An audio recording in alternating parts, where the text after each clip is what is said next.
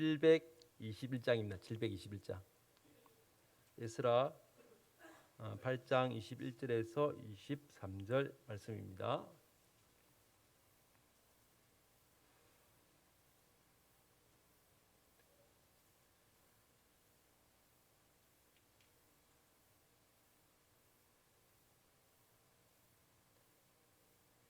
예, 다 찾으셨죠? 네, 그러면 다 같이 함께 읽도록 하겠습니다. 에스라 8장 21절입니다. 그때에 내가 아하와 강가에서 금식을 선포하고 우리 하나님 앞에서 스스로 겸비하여 우리와 우리 어린 아이와 모든 소유를 위하여 평탄한 길을 그에게 강구하였으니 이는 우리가 전에 왕에게 아뢰기를 우리 하나님의 손은 자기를 찾는 모든 자에게 선을 베푸시고 자기를 배반하는 모든 자에게 권능과 진노를 내리신다 하였으므로 길에서 적군을 막고 우리를 도울 보병과 마병을 왕에게 구하기를 부끄러워하였습니다.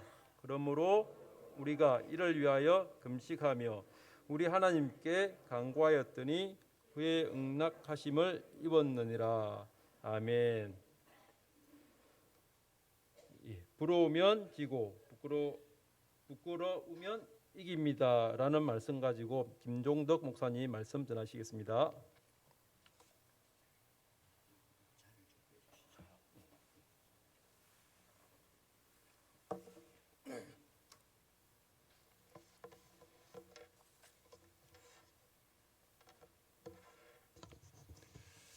혹시 제 말소리가 잘 들립니까?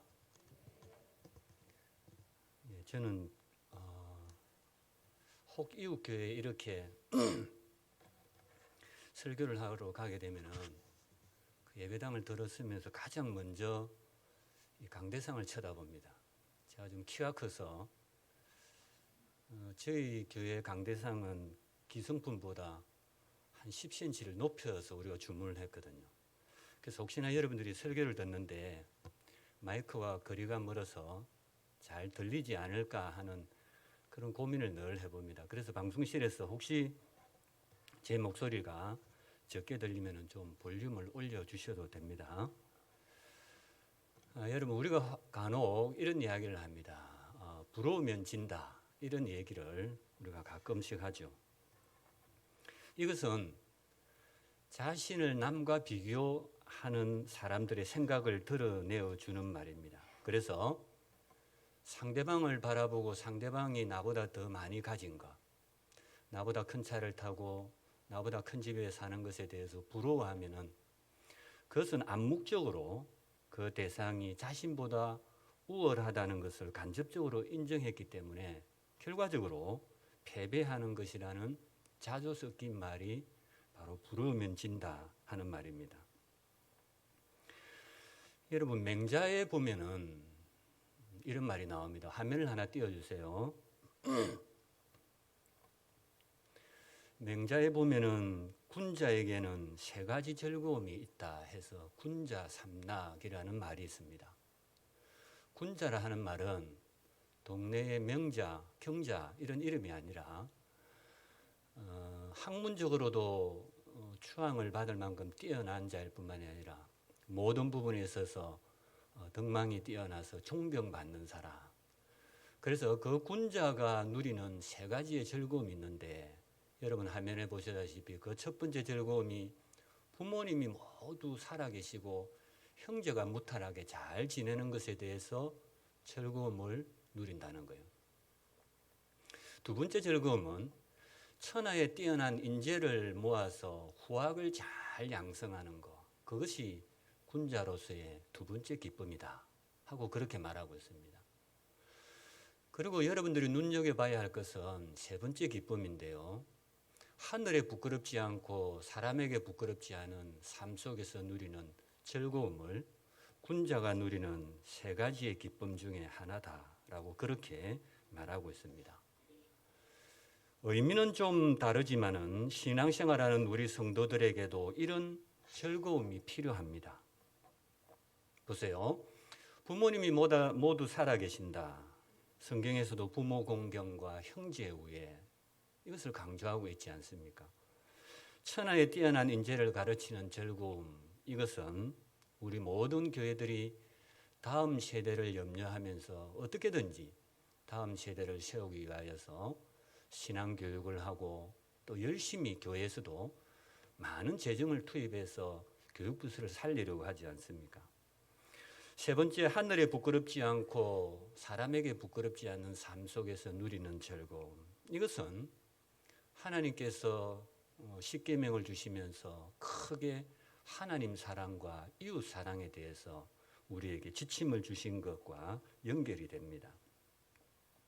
의미는 좀 다르지만 이렇게 신앙생활을 하는 우리 성도들에게도 이런 즐거움이 필요합니다. 특히 믿음 생활하는 성도의 여러 즐거움 중에 위로는 하나님께, 아래로는 사람들에게 조금도 부끄럽지 않은 온전한 삶을 사는 것은 성도로서 양보할 수 없는 기쁨이요, 즐거움이라는 거죠. 또 한편으로는 성도는 하나님과 사람 앞에서 부끄러워해야 할 때에 부끄러운 줄 아는 신앙의 모습에서도 즐거움을 길어내는 지혜와 기쁨이 있어야 한다는 거죠.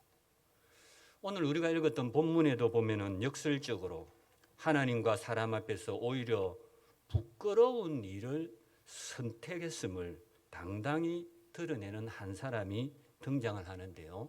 바로 그 사람이 에스라입니다.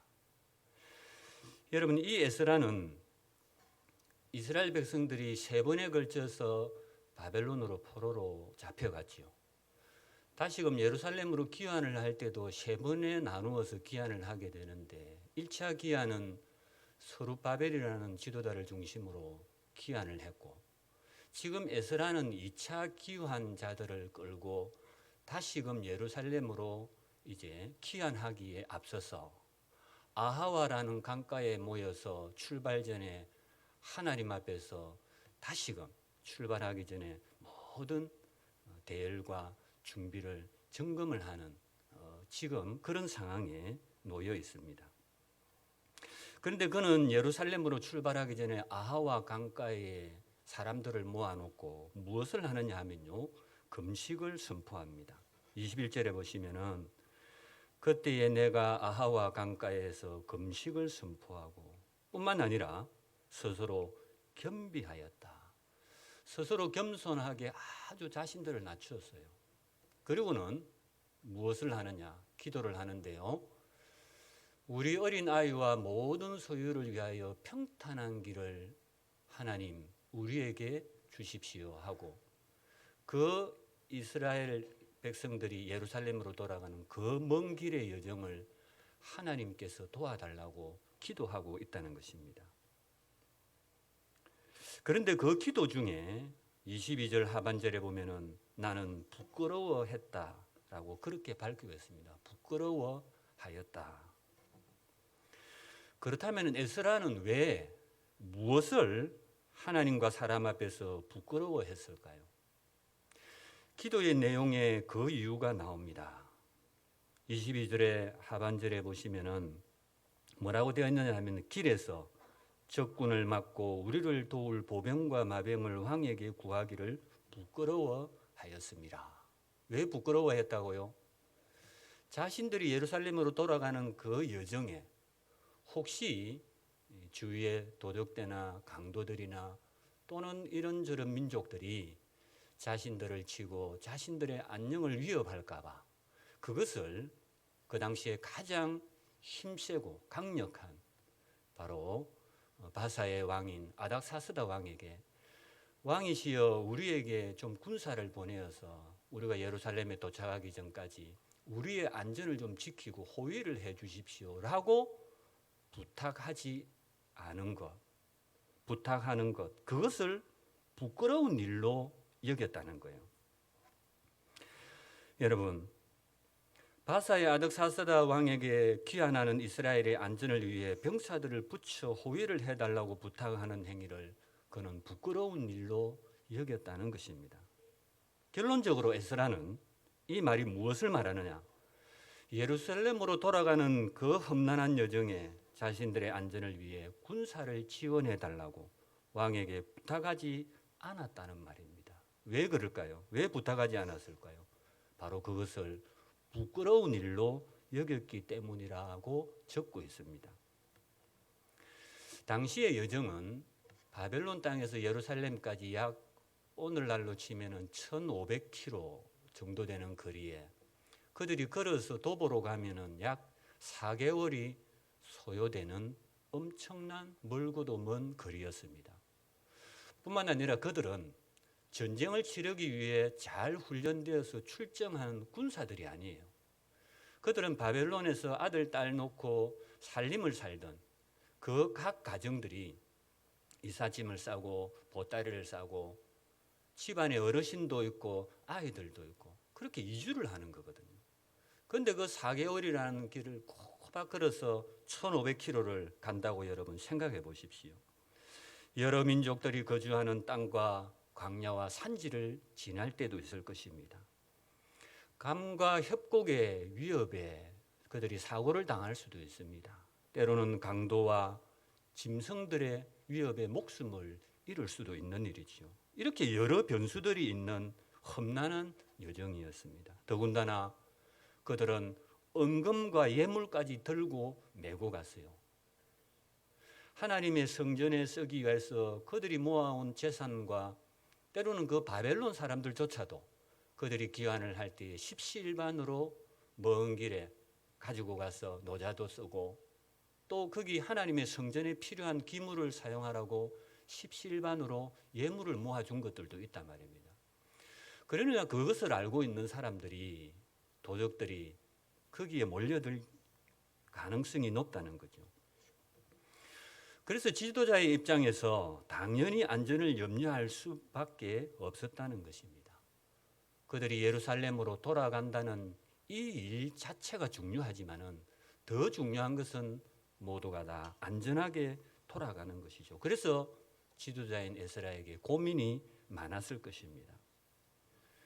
모르긴 몰라도 에스라가 만약에 아닥사스다 왕에게 군사를 좀 내어서 우리를 보호해 달라고 부탁했을 때에 아마 왕이 다 들어주었을 것이에요. 그러면 제가 어떤 근거로 에스라가 부탁했을 때에 왕이 다 에스라의 요구를 들어주었다라고 이렇게 단정적으로 자신 있게 말할 수 있을까요? 그 근거가 있을까요? 있지요. 7장에 보면은 아닥사스다 왕이 조서를 내립니다. 어떤 조서를 내리느냐 하면요. 그 아닥사스다 왕의 명령이 적힌 조서에는 보면은 이렇게 몇 가지로 나누어 볼 수 있는데, 첫째, 자신의 고향 예루살렘으로 돌아가고 싶은 사람은 아무도 막지 않을 테니까 원하는 자는 다 돌아가라고 조서의 내용에 나와 있습니다.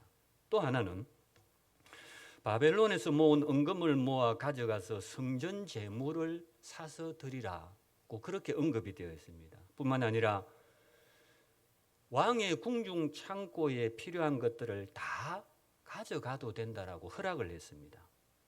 또 그 조서에는 자신이 다스리는 여러 나라의 창고지기들에게 편지를 써서 에스라가 만약에 그 너희들이 지키는 창고 안에 필요한 물건이 있다면 아까워하지 말고 그가 원하는 대로 돌아갈 때 다 내주라고 조서에 분명히 그렇게 나와 있습니다. 뿐만 아니라 하나님의 성전에서 일하는 자들에게 조공을 받지도 말고 관세도 받지도 말고 통행세를 받지도 말아라라고 그렇게 에스라 7장에 여러분들이 오늘 집에 가서 읽어보시면은 제가 방금 드렸던 이 내용의 말씀이 아닥사스다 왕이 내린 조서의 내용에 다 들어있단 말이에요. 이렇게 이스라엘 백성들이 고향으로 돌아가는데 물심양면으로 아낌없이 지원했던 아닥사스다 왕이 호위병 얼마를 붙여서 보호해달라는 부탁 정도야 당연히 들어주었지 않겠습니까? 그 정도 부탁을 들어주는 것은 그 당시에 아닥사스다 왕의 그 권세와 힘을 보자면은 그것은 누워서 떡 먹기예요. 어쩌면은 에스라도 왕의 힘을 빌어서 자신들의 안전을 보장받고 싶다는 욕심이 왜 없었겠습니까? 여러 군사들이 자신을 호위할 때에 백성들에게 야 봐라, 내가 그래도 이 정도 사람이야. 내가 부탁하니까 이 당시에 세계 최고의 제국의 왕이 내 부탁을 들어서 이렇게 많은 군사를 보여줘서 우리를 보호하고 있잖아 하고 어쩌면은 덩달아서 자신의 인맥도 과시하고 생색도 내고 싶은 욕심이 있었을 것입니다. 당대 최강대국인 바사 제국의 왕의 군사가 호위하는 귀한 자들을 누가 감히 건드릴 수가 있겠습니까? 그러나 에스라는 그런 부탁을 하는 행위 자체를 하나님 앞에서 부끄러운 일로 여겼다는 것입니다. 아마 이런 태도를 취하는 에스라를 이해할 수 없는 사람들이 아마 그 에스라의 행동에 불평하는 무리도 있었을 것입니다. 왜 말만 하면은 우리 안전을 지켜줄 수 있는 군사를 내어줄 건데 왜 당신은 고집을 부리고 그 부탁을 하지 않느냐? 우리가 다 위험에 처해도 좋다는 말이냐? 원망을 하는 사람들도 있었을 것입니다. 그런데 그는 왜 엄마 아빠 찬스, 그래서 요즘 금수저를 물고 태어났다 이래서 금수저와 흙수저로 또 나누지 않아요. 정말 부모님들이 빵빵한 재력과 권력을 가진 사람들의 자녀들 보고 금수저 자녀다. 왜 그렇게 엄마 아빠 찬스를 쓰지 않고 그보다 더 센 아닥사스다 왕의 찬스를 사용하지 않았을까라고 여러분 혹시 궁금하지 않습니까? 왜 그것을 스스로 거부했을까요? 그리고 왜 그것을 에스라는 부끄러운 일로 여겼을까요? 그것은 바로 그 제국의 왕인 아닥사스다 왕보다 더 위대하고 전능하신 하나님 찬스가 그에게 있었기 때문입니다. 사람인 왕을 의지하기보다는 하나님께 기대는 것이 더 안전하다는 것을 에스라는 누구보다 잘 알고 있었기 때문에 기껏 그 제국의 왕에게 군사 몇 명을 부탁하는 그것은 수치스러운 일이요 부끄러운 일이라는 것을 누구보다도 잘 알고 있었다는 것입니다. 시편 18편에 보면은 다윗은 그의 모든 대적을 물리쳐 주시고 사울이 자기를 죽이려고 위협할 때에 거기서 벗어나게 하신 그 하나님을 이렇게 노래하고 있습니다. 여호와는 나의 반석이시요 나의 요새시요 나를 건지시는 이시요 나의 하나님이시요 내가 그 안에 피할 나의 바위시요 나의 방패시요 나의 구원의 뿌리시요 나의 산성이시로다. 여러분, 바로 에스라는 이 다윗과 같은 고백이 마음의 중심에 선자였기 때문에 그 당시에 아무리 강대국의 왕이라도 수천 명의 군사를 내어주어서 자기들을 안전하게 보호해 줄 수 있는 힘을 가진 왕이라도 하나님 찬스를 쓰지 일개 제국의 왕의 찬스를 쓰는데 별로 고민하지 않았다는 것입니다. 성도 여러분, 세상의 모든 기관과 단체뿐만이 아니라 교회에 있는 각 기관과 단체도 만들어질 때는 나름의 존재 목적을 가지고 만들어졌겠지요. 명칭에서도 드러나듯이 헌신 예배를 드리는 오늘 청년 1, 2부도 역시 왜 만들었을까요? 전도하자고 만든 모임이 아니겠습니까? 제가 오늘 주보 앞을 보니까 23일 가족 이웃 초청주일 그렇게 전면에 쓰여 있어요. 그렇다면 여러분들은 이 큰 교회의 행사와 일을 앞두고 어떤 준비를 하고 계십니까?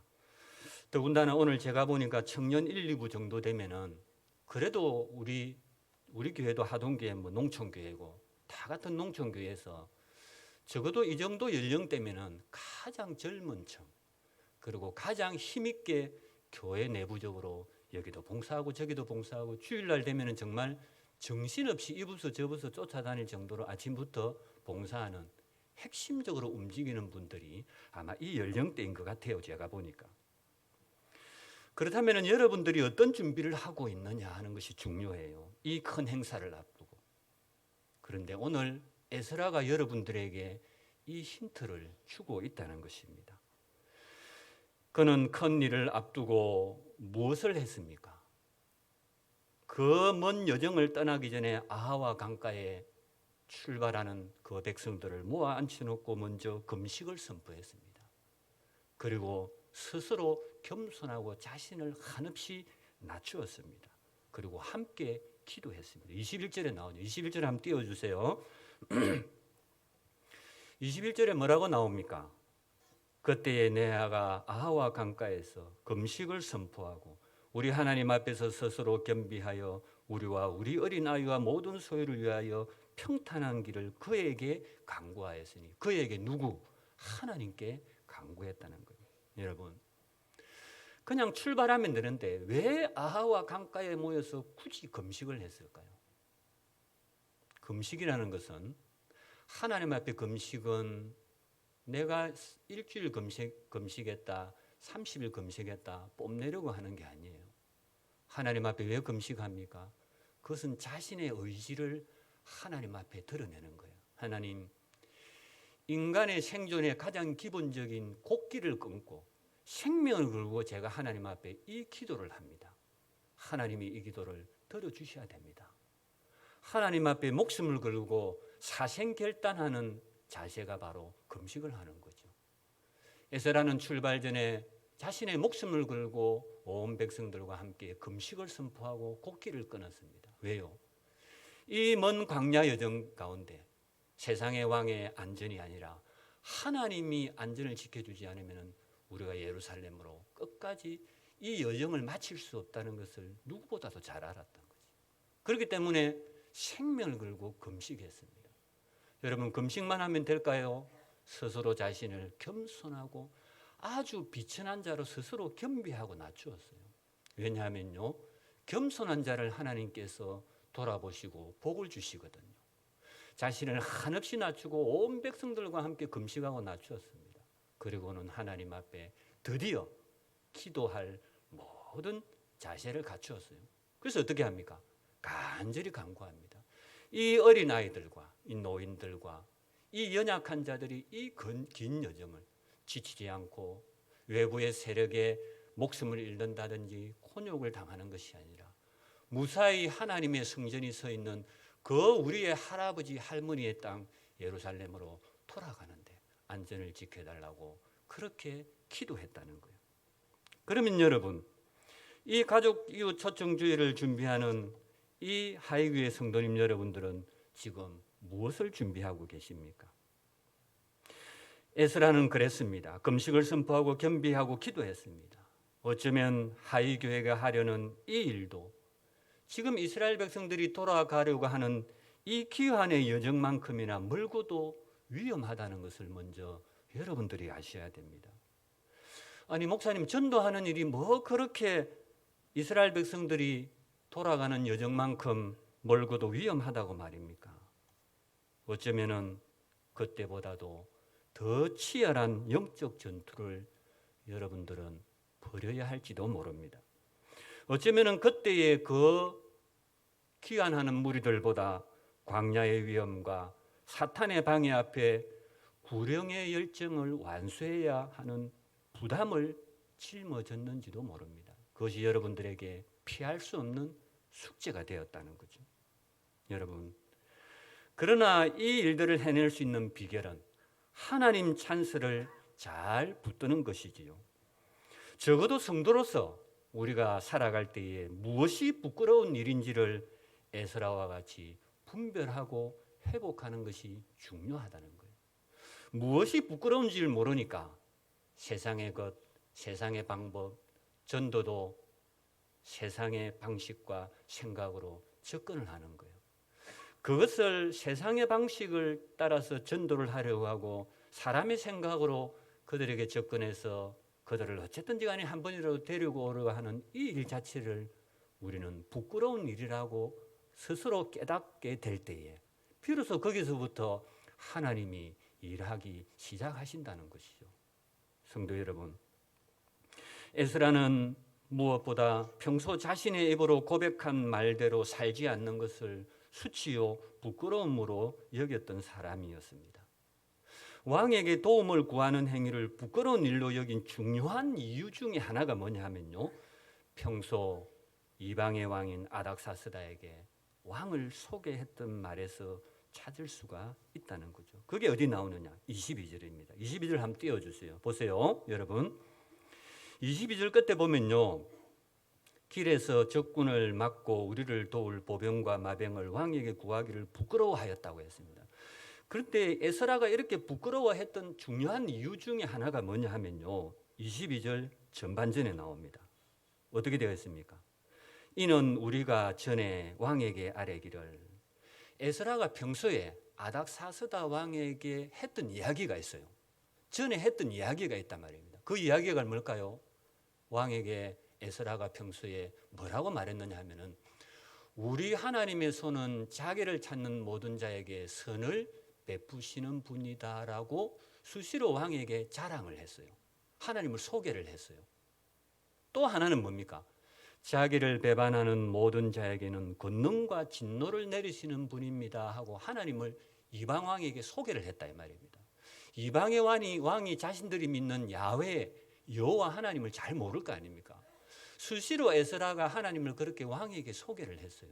그런데 막상 이스라엘 백성들이 예루살렘으로 돌아가려고 할 때에, 돌아가려는 그 여정에 혹시 자신들이 누구에게 해코지를 당하지 않을까 싶어서 왕에게 군사를 좀 내어달라고 만약에 부탁을 한다면은, 이게 어떻게 모순이 되느냐 하면은, 평소에 자기를 찾는 모든 자에게 선을 베푸시는 분이라고 하나님을 소개했는데, 왕이 볼 때는 에스라 너는 평소에 내게 말하기를 우리 하나님은 자기를 찾는 자에게 모든 자에게 선을 베푸시는 하나님이라고 그렇게 내게 자랑해 놓고는 너는 왜 귀환하는 마당에 하나님을 안 찾고 내게 군사를 내달라 하느냐? 너 말이 앞따르고 뒤따른 거 아니냐? 이런 소리를 들을 수 있잖아요. 그렇지 않습니까, 여러분? 또 하나는 뭡니까?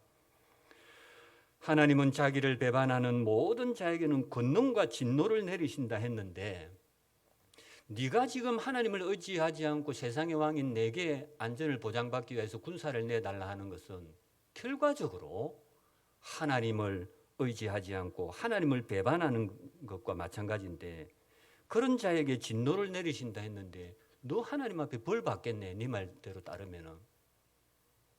그러니까 예전에 했던 말하고 자신이 지금 막상 안전을 보호해 달라고 군사를 요청하려고 하니까 예전에 했던 말하고 지금 말하고 앞뒤가 안 맞는 거예요. 당연히 이것을 부끄러운 줄로 여겼다는 거예요.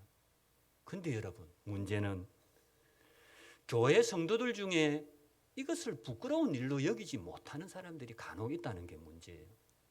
평소에는 동네 나가서 아무개 떼가 이리 와봐라, 내가 믿는 하나님은 기도하면 다 기도를 들어주신다, 예배를 잘 드리고 하나님 앞에 충성하고 봉사하면 우리 자녀들도 잘 되고 우리에게 형통함을 주고 우리에게 평안함을 주신다. 평소에 그렇게 다 이야기를 해놓고는 자기가 필요하면 주일 예배를 빠지고 동네 관광버스 타고 놀러 간 데 따라가. 그래 놓고 나중에 23일 날 우리 정교인 전도하는데 교회 와봐라, 교회 와서 하나님 앞에 예배 잘 드리면 하나님이 복을 준다. 속으로 뭐라 할까요? 지는 실컷 그래 말해놓고 지 빠지고 싶으니까 예배 다 빠지더만. 앞뒤가 안 맞는 거예요. 전도를 못해요. 그러니까 앞뒤가 안 맞으니까. 평소에 여러분들이 했던 말, 평소에 여러분들이 고백했던 하나님에 대한 그 이미지, 그것이 합당한 평소의 삶을 살아야 전도를 할 때 우리 교회 한번 오라 하면은 체면상 그것을 거절하지 못해서라도 한번 나와주지, 그러지 않고서는 전도를 할 수 없다 이 말이에요. 왜요? 그것을 부끄러운 일이라고 평소에 느껴본 적이 한 번도 없거든요. 말 따로 행동 따로 하는 것을 부끄럽다고 여긴 적이 한 번도 없으니까 기회가 있을 때마다 하나님 찬스가 아니라 세상의 찬스에 몰두하고 그 길을 따라갔으니까 내 삶이 따라가지 못하니 내 입에서 나오는 말도 권위가 없고 그것을 듣는 자에게 감동이 없고 성령의 감동하심도 없고, 그러니까 전도를 하기가 힘이 든다는 거예요. 여러분, 적어도 성도로서 무엇이 부끄러운 일인지를 분별하고 회복하는 것이 어떤 전도의 일을 준비하는 것보다 우선시되고 앞서는 것이 먼저 선행되어야 된다는 것을 오늘 이 에스라의 모습을 통해서 저와 여러분들에게 하나님이 교훈을 주고 계신다는 것입니다.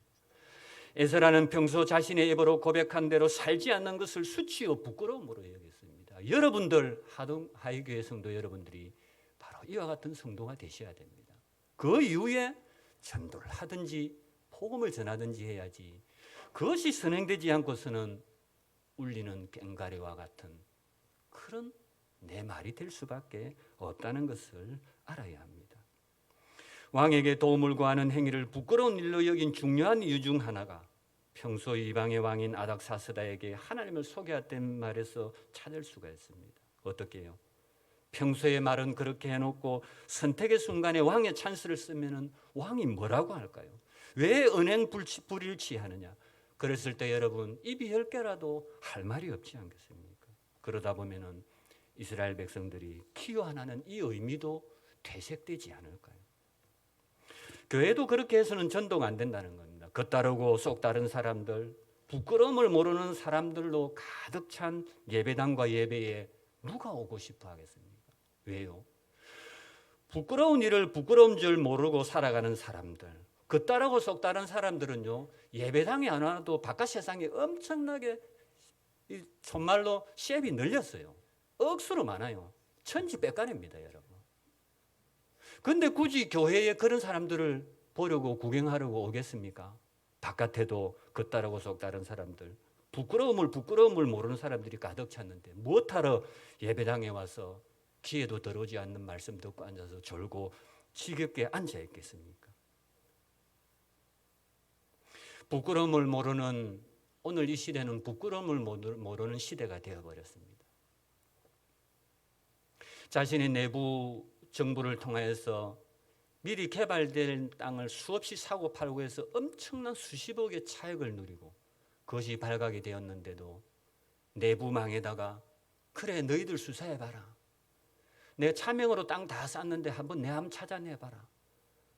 나는 이 회사 LH 퇴직할 때까지 열심히 땅 사고 팔고 돈 벌고 잘 먹고 잘 살 것이다. 그거를 보고 온 국민들이 공분했어요. 성도 여러분, 세상은 부끄러움을 부끄러움으로 모르는 시대가 되어버렸습니다. 가정을 둔 부모가 각자 애인을 한 명씩 가지고 있다 하는 것은 뭐 그렇게 새삼스러운 일도 아니지 않습니까? 드라마나 영화나 실제적으로도 가정의 부모가 어떤 애인을 두고 서로 사귀는 그 드라마의 장면을 보면서 교인들도 아름답다고 생각해요. 예쁘다고 생각해요. 안타까워합니다. 때로는 헤어지는 것을 보고. 부끄러운 줄 모르는 세대가 되어버렸습니다. 정치인들도 자신들의 당리 장략에 맞으면은요, 양심은 뭐고 다 버려요. 어제 TV 화면 앞에서 했던 이야기를 내일 손바닥 뒤집듯이 뒤집어도 부끄러운 줄 모르고 국민들에게 얼굴을 내미는 그런 안타까운 시대가 되어버렸습니다. 그런데 이것이 교회 내까지 전염이 되어서 코로나19보다 더 무서운 팬데믹 상황에 한국 교회가 지금 신음하고 있지 않습니까? 부끄러운 줄 모르는 한국 교회 성도들을 위하여서 오히려 바깥에 불신자들이 충고하고 따끔하게 충고하는 이런 시대가 되어버렸습니다. 성도는 자신이 예배를 빠지면서도 중직자들이 예배를 빠지는 것에 대해서 성도들에게도 부끄러운 줄 모르고 하나님 앞에서도 부끄러운 줄 모르는 거예요. 자신에게 정해진 기도 순서를 목사님에게 말도 하지 않고 빠져버리고 그러면서도 다음 주일날 오면서 죄송하다는 이야기 한마디 하지 않는 부끄러운 줄 모르는 이런 모습이 한국교회에 깊숙이 들어와서 더 이상 손을 쓸 수 없는 지경까지 이르러 버렸다는 거예요. 여러분, 성도는 어떤 존재입니까? 성도에 대해서 여러분 정의를 한번 내려보세요. 물론 다양한 정의가 있겠죠. 성도란 어떤 사람을 성도라 할까요? 따라합시다. 낯빛이 반응하는 사람이다. 성도란 어떤 사람이냐? 물론 다른 조건들이 많아요. 그러나 오늘 이 설교 말씀을 통하여서 우리가 적용을 해보자면 성도는 낯빛이 반응하는 사람이 성도예요. 부끄러운 일을 했으면 낯빛이 붉어지고 부끄러워할 줄 아는 사람이 성도라 이 말씀이죠. 양심은 그 사람의 얼굴빛을 만들어내는 것이에요. 양심이 전혀 작동하지 않으면요, 부끄러운 일을 해도 낯빛이 하나도 변하지 않아요. 그래서 우리는 흔히 그것을 철판 깔았다 이야기하죠. 여러분, 철판은 호떡 구울 때나 쓰지 성도들의 얼굴이 철판을 깔면요 아무데도 못 쓰는 거예요. 화장도 안 먹습니다, 여러분. 낯빛이 반응하는 사람이 성도고 양심은 그 사람의 얼굴빛을 만들어내는 거예요. 양심에 찔리면 낯빛이 화끈하고 달아올라야 그것이 정상이다 이 말이에요. 그것이 성도다 이 말이에요. 그것이 아담의 자격이 있다 이 말이에요. 첫사람 아담을 만들 때에 이름을 아담이라고 지었습니다. 아담이 어떤 뜻이 있습니까? 붉다라는 뜻이 있잖아요. 사람은 부끄러운 일을 하면요 붉어지는 것이 정상이에요. 원래 그렇게 만들었어요. 그런데 타락하고 자기 마음대로 살면서 얼굴이 붉어지는 것을 언제적에 내가 한번 해보고 안 했는지 기억도 없어요. 바로 이런 존재가 우리는 되어버렸다는 것입니다. 곡하여도 울지 않고 피리를 벌어도 춤출 줄 모르는 상태로서 영혼구원 사명을 감당하는 것은 어불성설이고 그것은 불가능한 일입니다, 여러분. 가족 이웃 초청주일은 어쩌면은 바벨론 기왕과 같습니다. 여러분, 가족 초청주일을 통해서 누구를 전도합니까? 가장 가까이 있는 부모와 배우자와 자녀를 초청하겠죠. 그들을 이끌어서 거기서 출바벨론 시키는 것이 가족 초청 전도주일이에요. 이 세상이라는 바벨론에서 이제 더 이상 그렇게 살지 말고 주의 예루살렘 도성으로 그들이 귀환하듯이 그들을 다시금 하이교회 안으로, 이 공동체 안으로 끌어들이는, 그래서 출바벨론, 출세상에서 가나안 땅으로 들어오게 하는 것이 가족 초청 전도주일 아닙니까? 부끄러움을 모르는 사람들을 데려다가 하나님 앞에서 무엇을 부끄러워하고 사는 것이 인생의 진정한 의미가 있는지를 소개하는 일이 바로 가족 이웃 초청 주일입니다. 세상 찬스에 몰두한 그들에게 더 나은 찬스가 있다는 것을 가르쳐주는 일이 가족 이웃 초청 주일이다 이 말씀입니다. 여러분들이 이제 여러분들의 가정에 에스라가 되어야 합니다. 여러분들의 마을의 에스라가 되어야 됩니다. 여러분들 아파트의 동의 에스라가 되어야 됩니다. 여러분들의 일거수일투족이 그 귀환의 성패를 좌우할지도 모른다는 것이죠. 그래서 여러분 뭘 해야 됩니까? 먼저 금식하십시오. 그리고 여러분들 하나님 앞에서 겸손하십시오. 그리고 하나님 앞에 간절히 간구하십시오. 무엇을 간구해야 됩니까? 영혼이 출바벨론하여 주께로 돌아온 이 여정이 순탄하도록 기도하십시오. 안전을 지켜달라고 기도하십시오. 그리고 기적을 경험하고 이 과정을 통해서 역사가 일어나도록 기도하십시오. 그로 인하여서 더 겸손하고 여러분들은 더 낮추어야 합니다. 왜 여러분 더 겸손하고 낮추어야 합니까? 주님은 다른 데 계시는 것이 아니에요. 주님은 구름 타고 하늘에 계시는 것이 아니라 주님은 여러분들이 전도해야 할 대상의 상대방의 발 아래에 계시기 때문에 여러분들이 낮추지 않으면은 거기서 주님을 만나지 못한다는 거예요. 예수님은 지극히 높은 곳에 계시는 것이 아니라 여러분들이 전도해야 할 가장 비천하고 불쌍하고 가난하고 복음이 필요한 가장 어려운 자들의 발밑에까지 내가 조아리고 허리에 수건을 두르고 주님과 같이 그들의 발을 씻기려고 발을 붙잡는 그 순간에 비로소 거기서 예수님을 만나게 되기 때문에 여러분들이 한없이 낮추어야 되는 거예요. 겸손해야 되는 거예요. 겸손해지고 자신을 낮추지 않으면 발 아래에 예수님을 결코 만날 수 있는 길이 없다는 것을 명심하셔야 됩니다. 만약 에스라가 왕의 힘을 부러워하고 왕의 찬스를 사용했다면 결과적으로 그는 지는 것이에요. 여정의 안정과 무사귀환은 불투명해졌을 것입니다. 그러나 오히려 하나님 앞에 왕의 찬스를 사용하는 걸 부끄러운 일로 여겼기에 에스라는 그 대신에 전지전능하신 하나님의 손에 붙들려 안전을 받을 수 있었다는 거예요. 그래서 1차 귀환하여서 에스라가 뭐 했습니까? 1차 귀환하여서 성전은 지어놓고 여전히 이방 여인들을 데려다가 결혼을 하고 이방인들과 통혼하고 엄청난 하나님 앞에 죄를 지고 사는 그들에게 영적 개혁을 주도해 나간 사람이 에스라 아닙니까? 바로 돌아가서 그 일을 수행할 수 있었다는 거죠. 성도 여러분, 여러분들도 세상의 방식과 힘과 기술을 의지하는 것을 부끄럽게 여기시기를 바랍니다.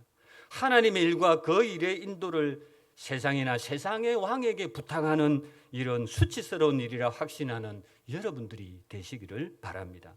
여러분들이 근본의 이 전도 행사를 위해서 다른 거 아무것도 준비 못해도 이런 마음의 중심이 바로 예루살렘으로의 귀환을 성공하게 만든다는 것을 여러분들이 아셔야 된다는 것입니다.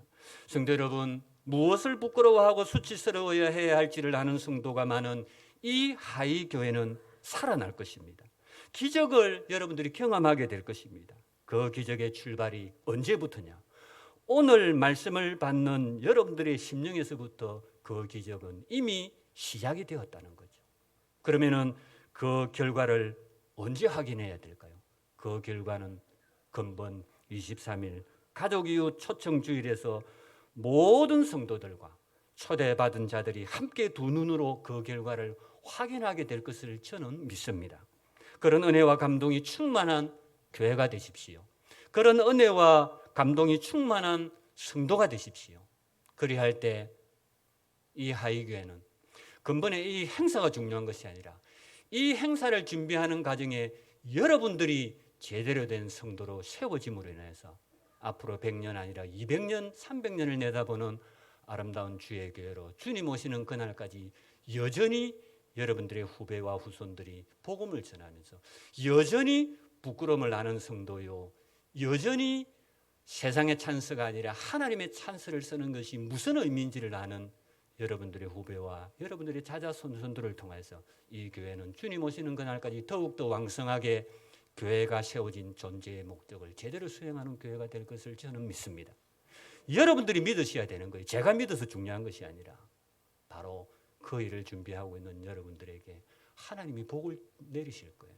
그래서 정말 23일 지나고 나서 제가 하동에서 하이교회로부터 무슨 소식이 들려오는지를 기다릴 거예요.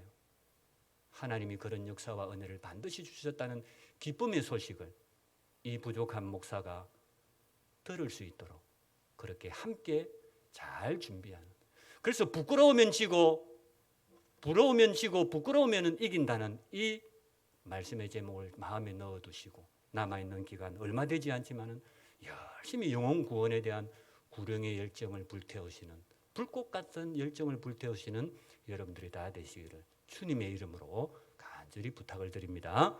우리 반주를 해주시고 우리 한번 기도 한번 합시다. 같이.